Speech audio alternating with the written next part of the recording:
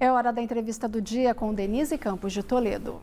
E nós vamos falar agora sobre a insegurança alimentar no Brasil e no mundo. Eu converso aqui com Roberto Rodrigues, que é coordenador do Centro de Agronegócio da Escola de Economia da FGV São Paulo, e ele foi ministro da Agricultura. Então, Roberto Rodrigues, boa noite. Boa noite, Denise. Bem, vamos começar falando de dados que nós temos aí da ONU, que tem alertado muito para os riscos da insegurança alimentar, né, que teria ficado em torno de 8% a partir de 2015, mas estaria hoje em torno de 9,8% da população, que daria 928 milhões de pessoas, né, com insegurança alimentar, com fome. Fome é uma condição mais drástica mesmo, é a pessoa que não consegue os alimentos. Insegurança pode mudar a qualidade, a quantidade de alimentação, mas é uma situação grave. A gente vê manifestações em todo o mundo em relação a isso e novos alertas, porque a guerra da Ucrânia trouxe um componente a mais, não é? Denise, sabe que é muito importante essa conversa? Porque segurança alimentar parece uma expressão idiomática. Não é. O tema surgiu no pós-guerra na Europa, porque vários países passaram fome durante a guerra. Terminada a guerra, a Europa decidiu nunca mais passar fome e criou a PAC, Política Agrícola Comunitária, para garantir segurança alimentar a todos os europeus. Por quê? Porque não há paz onde houver fome. Agora mesmo, semana passada, Sri Lanka, derrubaram o governo porque não tinha comida na Sri Lanka. A Primavera Árabe foi faz pouco tempo, 10, 11 anos, mesma coisa. Derrubaram o governo porque havia falta de comida.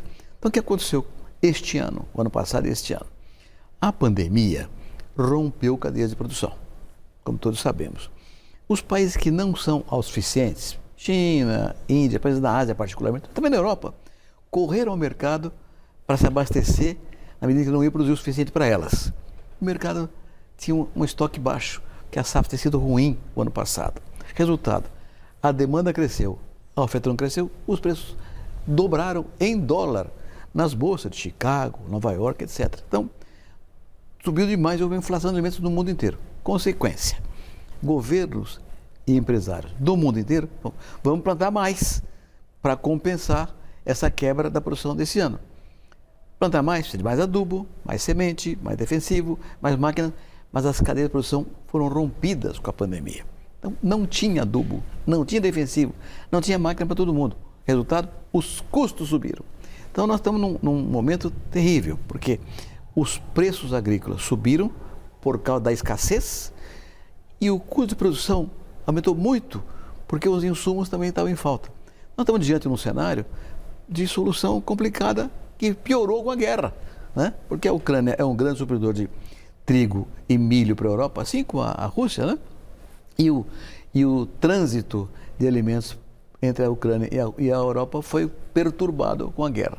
Então, o problema é sério. E agora, para piorar, há uma seca enorme na Europa, um calor monumental, morrendo gente de calor na Europa, coisa inédita, com risco na produção agrícola também.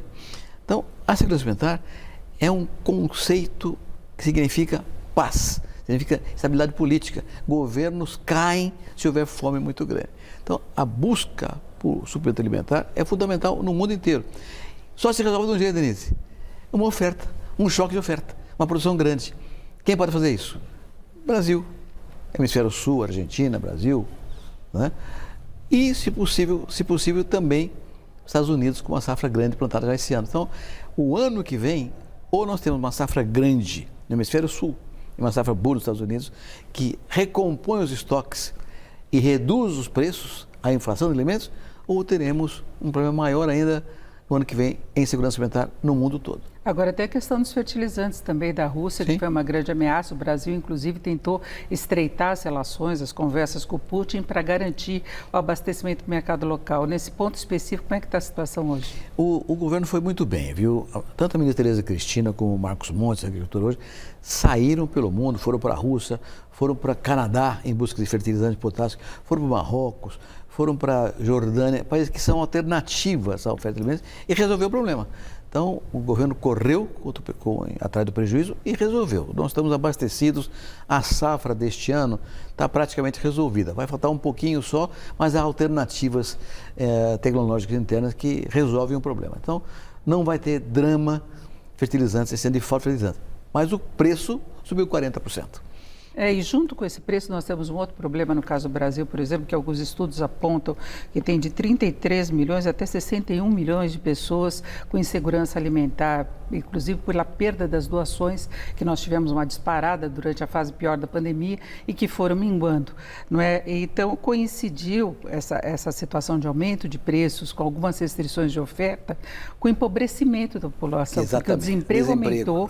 A inflação, em geral, corrói o poder de compra, e as pessoas não têm esse amparo que tinham das doações. Então, não é só uma questão de oferta, é uma questão de recuperação também da capacidade de consumo.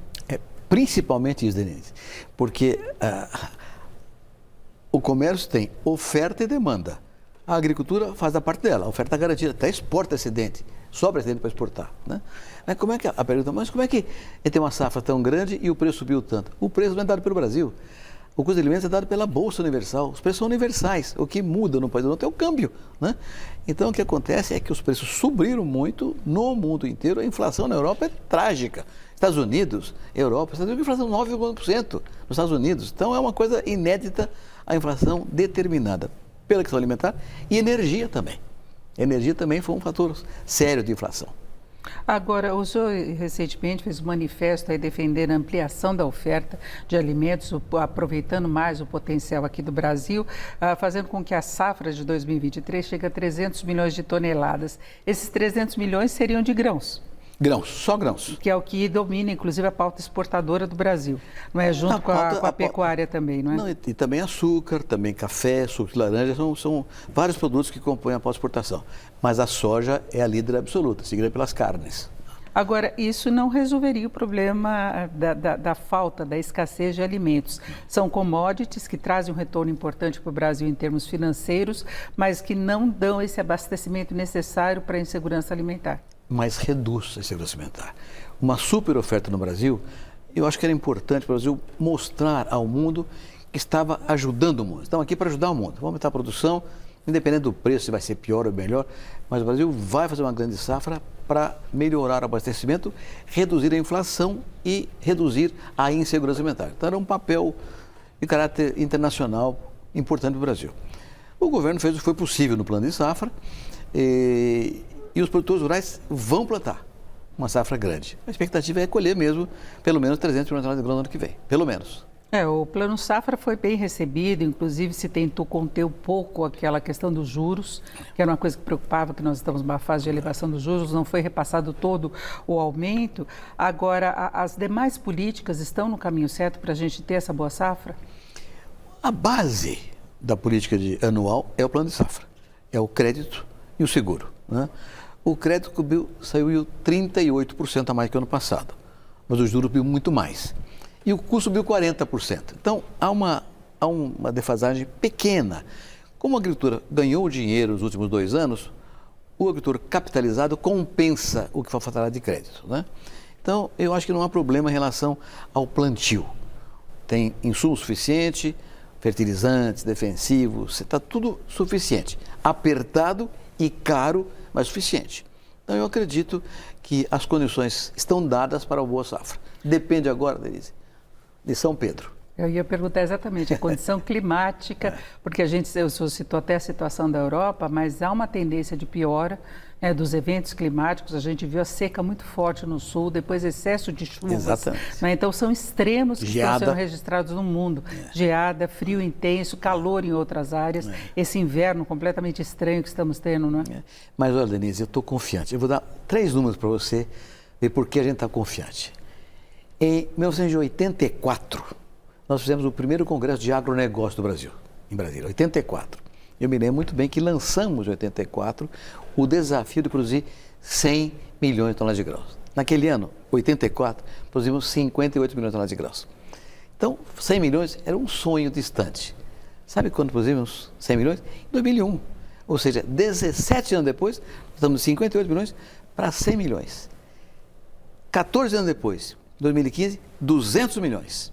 Então, para 300 milhões, 9 anos depois, 50% a mais, não é uma coisa impossível, graças à tecnologia brasileira, desenvolvida aqui no Brasil, pública, privada, e graças ao empreendedorismo cultural brasileiro. Né? Com a política adequada, que está caminhando bem, por enquanto, eu confio que chegaremos aos 300 milhões já no ano que vem, com segurança. Não chegamos dizendo porque você acabou de falar aí. A seca no Rio Grande do Sul, Paraná, Santa Catarina, parte do Mato Grosso do Sul e a de São Paulo cobrou 30 milhões de toneladas. Então a safra vai ser 270. Poderia chegar a 300 já esse ano, mas chegaremos no ano que vem. Agora, Roberto, nós estamos falando muito dessas grandes produções que têm um foco no exterior, eu falava até de commodities, que tem cotação internacional. Agora a gente vê na cesta básica, por exemplo, aumento muito forte de produtos como legumes, como tubérculos, verduras. Isso é só por conta do clima ou precisa também de fertilizantes, os custos subiram. A gente pegando assim, o IPCA, por exemplo, o alimento que mais subiu em 12 meses, um dos destaques é a cenoura. E cenoura é de fácil plantio, né? Inclusive as pequenas propriedades. Tem algum problema mais sério por aí? Basicamente é custo de insumo também, Denise. Basicamente é custo de insumo. E outra, óbvio que esse processo inflacionário interfere em tudo. E a inflação acaba atingindo também o hortifruti e granjeiros.